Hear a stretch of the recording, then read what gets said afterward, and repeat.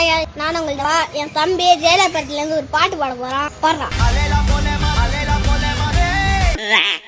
Hello soldiers, இன்னைக்கு பார்த்தீங்க அப்படின்னா இன்னைக்குல 2 நாளுக்கு முன்னாடி பார்த்தீங்கன்னா கூலி படத்தோட ட்ரெய்லர் அபிஷியலைஸ் ஆயிடுச்சு. சூரியனுக்கு செல்ல முடியாது, நட்சத்திரத்தை எத முடியாது, என் தலைவனை வெல்ல முடியாது. ட்ரெய்லர் வருமா வராதா அப்படின்னு இருக்கும் பொழுது ஒரு வழியா வந்து ட்ரெய்லர் கட் பண்ணி போட்டு விட்டாங்க. இந்த ட்ரெய்லர் ஏற்பட்ட குழப்பம் என்ன பண்ணா, உண்மையா இந்த படம் எல்சிவா இல்லையா, எல்சி கேரக்டர்ஸ் இந்த படத்துல இருக்காங்களா இல்ல ஸ்டாண்டலோன் தானா அப்படின்ற குழப்பம் தான் ரொம்பவே வந்து குழப்பமா இருக்குது. ஏகப்பட்டப்ப எடிட் பண்ணி ரோலெக்ஸ், லியோ, விக்ரம், டில்லி இவங்கெல்லாம் சேர்ந்து சண்டை போடுற மாதிரி அவன் எடிட் பண்ணி போட்டுக்கிட்டு இருக்கேன். என்ன பார்க்க போறேன்னா, இந்த படம் ஒன்றும் எல்சிவா இல்லையா, இல்ல எல்சிக்கு என்ன குயில்கள் இருக்கு, இந்த ட்ரெய்லர் என்ன கதை சொல்றாங்க அப்படின்றதான் இதெல்லாம் தெளிவாக பார்க்க போறோம், பார்த்துருவோம். அது என்ன பண்ணுறீங்கன்னா நம்ம சேனல் சப்ஸ்கிரைப் பண்ணி விடுங்க. அது மட்டும் இல்லாமல் புதுசாக வந்து ஹைப் கொண்டு வந்திருக்காங்க, ஹைப் பண்ணி விடுங்க. கமெண்ட் பாக்ஸ் பக்கத்தில் இருக்கும் ஹைப். ஓகே ஓகே சொல்ல போயிடலாம். நான் கந்தசாமி, இந்த ஷோ கோலிவுட் கந்தசாமி.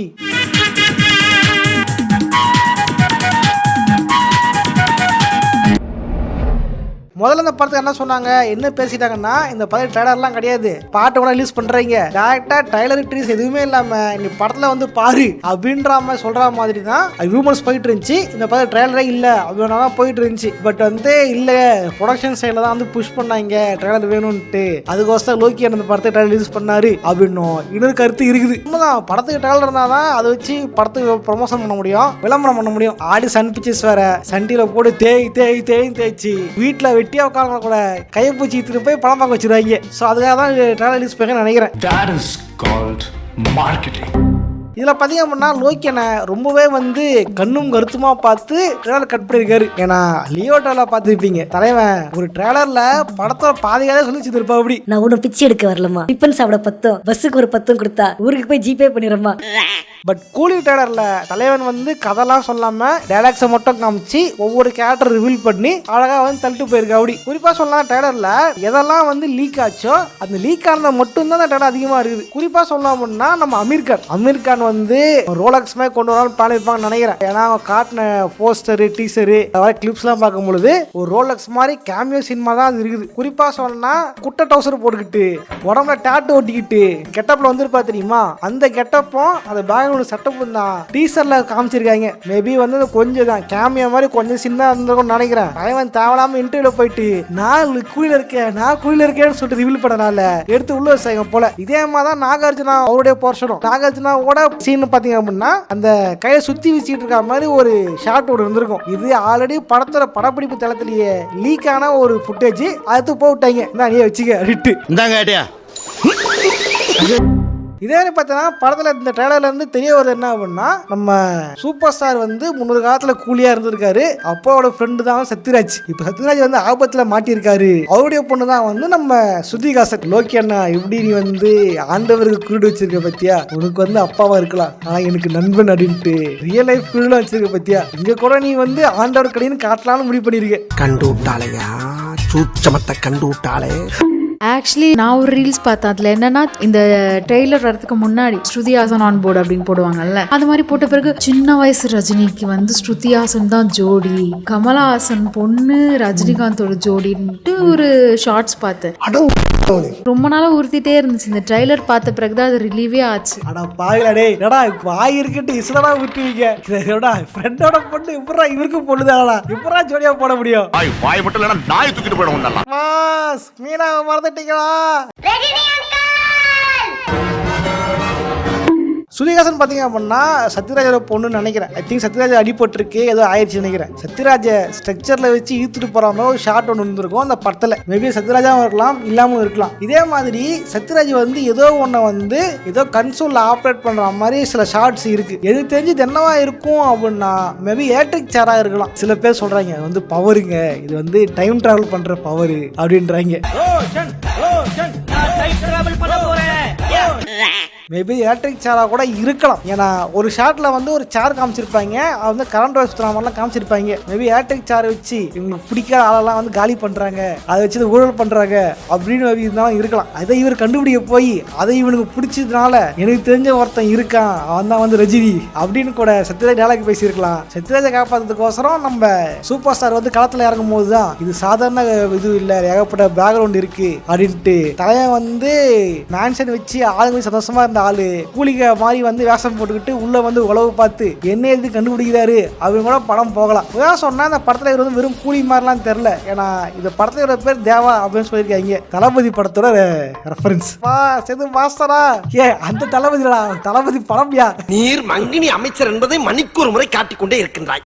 ஹே ஆக்சுவலி மாஸ்டர் ஒரு ஸ்டாண்ட் அலோன் ஃபிலிம். அது வந்து எல்சியூ கிடையாது. பட் எல்சியூல இருக்கிற கேரக்டர்ஸ் எல்லாம் இதுல வேற கேரக்டர்ஸா நடிச்சிருப்பாங்க. இதுதான் எனக்கு டவுட்டே, இது எல்சியூவா இல்லையா அப்படின்றது காரணம். ஏன் அப்படின்னா master stand alone film. Master படத்துல எப்படின்னா கைதி வந்து இப்போ யூனிவர்சல் பிளான் பண்ணல அப்படின்னாலுமே கைதிக்கு மாஸ்டருக்குமே வித்தியாசம் இருந்திருக்கும். கைதி வந்து அதே ஆக்டர்ஸ் இல்ல வேற கேரக்டரை காஸ்ட் பண்ணியிருப்பாங்க. குறிப்பா சொல்லலாம் அப்படின்னா நம்ம அர்ஜுன் தாஸ் சொல்லலாம். அர்ஜுன் தாஸா கைதியில இல்ல, பட் இதுல வந்து சப்போர்ட்டிங் ரோல் கொடுத்திருப்பாங்க. வேற ஒரு கேரக்டர் வேற ஒரு பேரா. பட் கூலில எல்சியூல இருந்த எந்த கேரக்டருமே இதுக்குள்ள இருக்க மாதிரி தெரியல. ஐ மீன் கேரக்டர்ல ஆக்டர்ஸ் எல்சியூல ஆக்டர் யாருமே இதுல இருந்த மாதிரி தெரியல. ட்ரைலர்லயும் பார்த்தா இல்ல. மேபி இல்லையா இவங்க காட்டலையா அப்படின்னு ஒரு டவுட்டா இருக்குது. ஏன்னா நம்ம லோக்கியனை வந்து ட்ரைலரே வேணாம் டேட்டா ரிலீஸ் பண்ணலாம் அதான் பிளான் பண்ணியிருந்தாராம். மேபி என்ன இருக்கும் அப்படின்னா நம்ம ட்ரைலர் காட்டினோம்னா எல்சியூ கண்டுபிடிச்சிருவானுங்க, லீக் அடிச்சிருவானுங்க, அப்புறம் வந்து படம் பார்க்க ஒழுங்காக இது சாட்டிஸ்பேக்ஷனாக இருக்காது, அதனால ட்ரைலரே வேணாம் அப்படின்னு நினைச்சிருப்பான்னு நினைக்கிறேன். அதனால தான் இந்த மாதிரி ட்ரைலரை ரொம்ப பார்த்து கட் பண்ணிருக்காங்க. இதே பார்த்தீங்க அப்படின்னா ஒரு சீன்ல நம்ம சூப்பர் ஸ்டார் வந்து வாயில பீடி வச்சுட்டு வர மாதிரி இருந்திருக்கும். பீடியா சிகரெட்டா அது வந்து ஒரு ஷாட்ல பாத்தீங்கன்னா நெகட்டிவா காமிச்சிருப்பாங்க. இந்த போட்டோ எடுத்துட்டு போயிட்டு போட்டோஷாப்ல போட்டு கண்ட்ரோல் ஆகி அமைக்கி பார்த்தா இது பாத்தீங்கன்னா நம்ம சூப்பர் ஸ்டார் வந்து எங்க இருக்காரு. இது எப்படி இருக்கு? சூப்பரா இருக்கு. ஐ திங்க் பிளாஷ்பேக் போர்ஷனை வந்து டிஏஜிங் பண்ணி காட்டுறாங்க அப்படின்னு நினைக்கிறேன். டிஏஜிங் லுக்கை ஃபுல்லா காட்டாம கிளிம்ஸை மட்டும் காமிச்சிட்டு படத்துல வந்து பார்த்துக்கோ அப்படின்னு பிளான் பண்ணாங்கன்னு நினைக்கிறேன். முக்கியமா இந்த படத்துல வந்து பிளாஷ்பேக் சீன்ஸ் எல்லாமே அவங்க கிளிப்பிங்ஸ் இருக்கு. குறிப்பா சொன்னா கூலிங்லாம் சண்டை போடாம இருந்திருக்கும். பேபி இதெல்லாம் வந்து பிளாஷ்பேக்கா இருக்கலாம். ஏன்னா இது ஒரு டோன்ல இருக்கு, மற்ற சீன்லாம் டோன் வேற டோன்ல இருக்கு. இதே மாதிரி ஒரு ப்ளூ கலர் ட்ரெஸ் போட்ட ஒரு கூலி ஒருத்தர் தள்ள கைதான் இதே கட்டி ஈத்துட்டு வர மாதிரி இருக்கு. ஒன்னு இது சூப்பர் ஸ்டாரா இருக்கலாம், இல்ல பண்ணா நம்ம தலை உபேந்திராவும் இருக்கலாம்.